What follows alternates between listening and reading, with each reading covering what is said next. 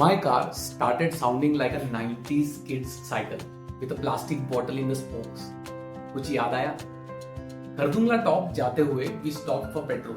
जैसे ही गाड़ी आगे बढ़ी एक वियर्ड खट खट खट वाली साउंड आने लगी, जस्ट लाइक दैट साइकिल में बुलेट वाली feel.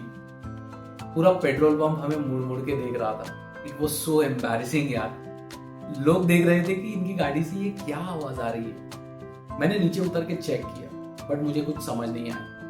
A guy standing there said, भैया शॉकअप से आ रही है। मैंने बोला यार अभी तो गड्ढे भी नहीं है यहाँ पे, कैसे आएगी शॉकअप से। मैंने देखा बट मुझे कुछ नहीं मिला। The sound would stop and start randomly. हमने सोचा चलो देखते हैं and we kept going. For the next few days, this mystery sound was our travel companion. Fast forward to Amritsar a week later. I finally took the car to a service center. Tyre तो change करवाने ही थे। मैंने mechanic को sound के बारे में भी बताया।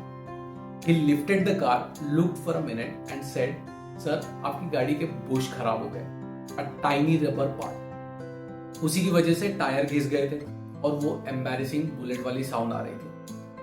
It wasn't the shockup, it was the bush. This trip taught me so much about cars and life. Comment next for the story of how we got lost for 70 kilometers in Nubra Valley. Sometimes in your career, you get a lot of advice. सुनो सबकी, but trust the expert who actually knows what the hell a bush is.